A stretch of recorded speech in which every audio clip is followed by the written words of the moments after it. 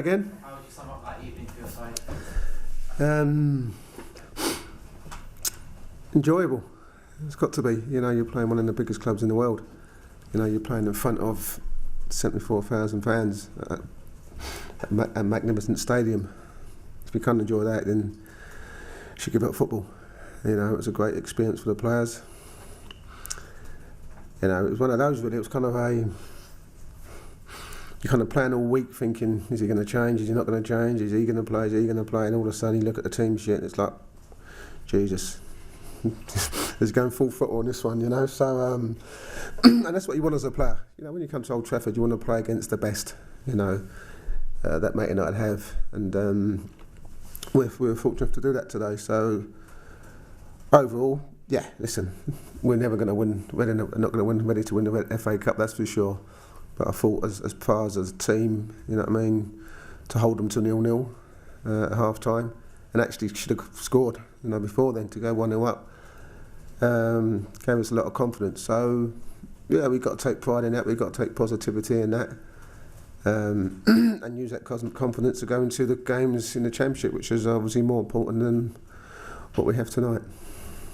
Obviously, Andy Carroll's red card wasn't ideal in terms of the timing or for the player himself. Must be disappointing. I'm disappointed with the referee, for first and foremost, because the first one in the corner wasn't even a yellow card. The linesman's not even flagged. If you looked at the Man United players, they're walking away thinking it's a goal kick. Next minute, the linesman can't wait to get his yellow card out. You know, it's a poor decision. But once you get booked, then you're on a tightrope. And you know, you had a poor tackle against Eriksson, which easily could have been another booking. And the second one on Casemiro, I think it was Casemiro, I think he's sliding, but if you look at it, he's probably lifting his legs away because he knows you can't go through him. And the referee plays on. Next minute, the crowd go up a little bit and he turns around and again, can't wait to book him. So that's the only probably negativity on tonight, you know, which would have been a wonderful night and the occasion and experience for everyone. But that's a bit of a downer for me because we're losing for the Watford game on Saturday. Well, as a midfielder, what would you say about Casemiro as a player of that performance? Listen, you're not going to... Casemiro is a Champions League winner. You know what I mean? He's a fantastic player. He's a great player. You know, and it's irrelevant what he does against Reading Football Club. That matters. You're not based, when you play for Man Utd, you're not based on what you do for against Reading or other teams or Leicester or Southampton, no disrespect. You base it on what you do against Man City and Arsenal and Liverpool and Chelsea and win titles. That's what you base it on. Okay, so that's the standard they got to have. That's what we had, you know what I mean? The likes of Keeney and Robson and people like that. You base it against the best teams, you know, but so as much as he scores against us, it doesn't mean anything to me as a midfield player because that's not important. It's not important to me at all. It's important that you've got someone like that who can go against the big guns and perform the way he did today. That's how you judge a Man United player, not on what happened today. You've seen a lot of United, obviously, the way pundit as well. So you've seen where they were and where they're going, or seem to be heading to. Clearly got a lot of affinity for the place. You could see that in the way when you walked out with Stephen McLaren. How different are United now to a year or so ago? Listen, I'll tell you what, you know, and there's no disrespect, but I just felt if we'd have played United a year ago, we'd have come here thinking you've got a right good chance of beating them. I actually felt that because I felt United had lost their presence. You know, I felt teams were coming to Old Trafford thinking that they can get something, as Burnley did and Villa did. But I think under Ten Hag in such a short space of time, he's lifted the whole the club. You know what I mean? You can see now there's a, you know, I always felt, you know, the last 2 or 3 years have been tough for the Man Utd fans, and there's kind of been a kind of disparity between the fans and the players and the club.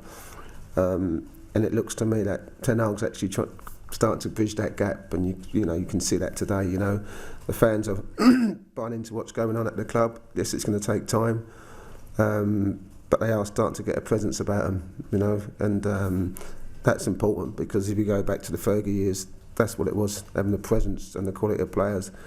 And it might take 2 or 3 years. We've seen that against Man Utd, even though they beat Manchester City, they kind of sat back.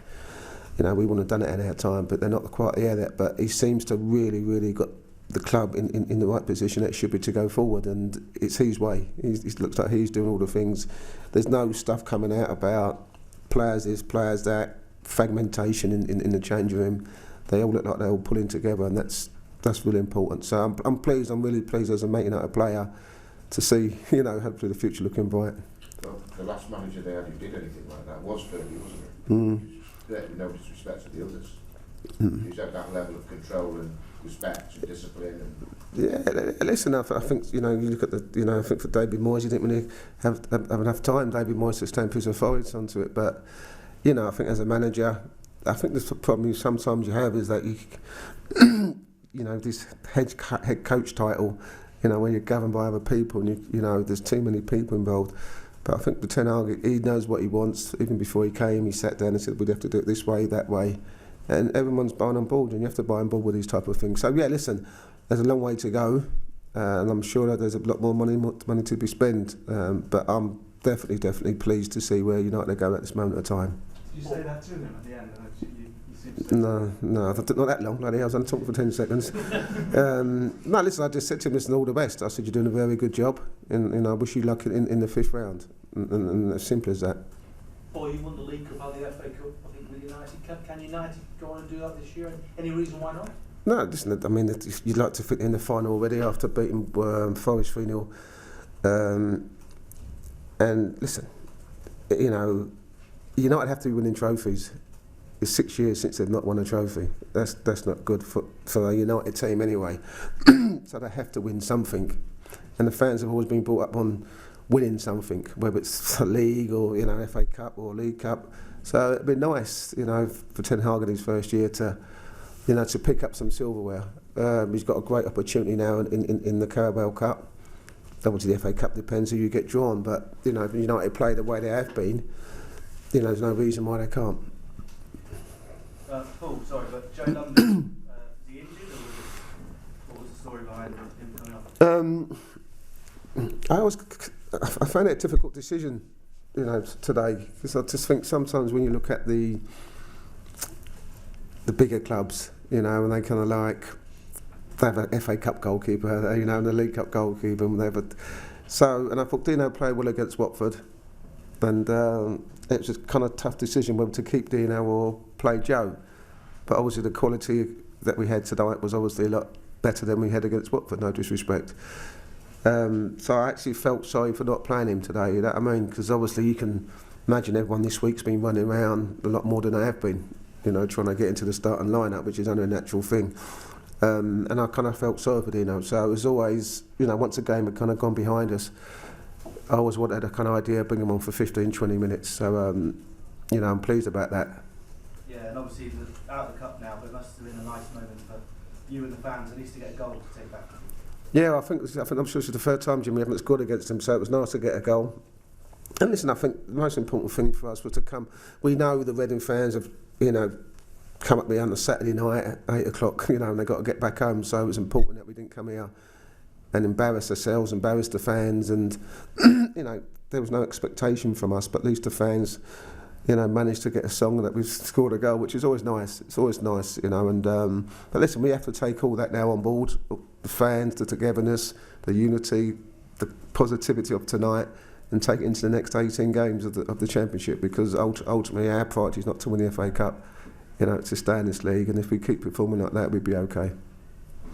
Okay, thank you very much.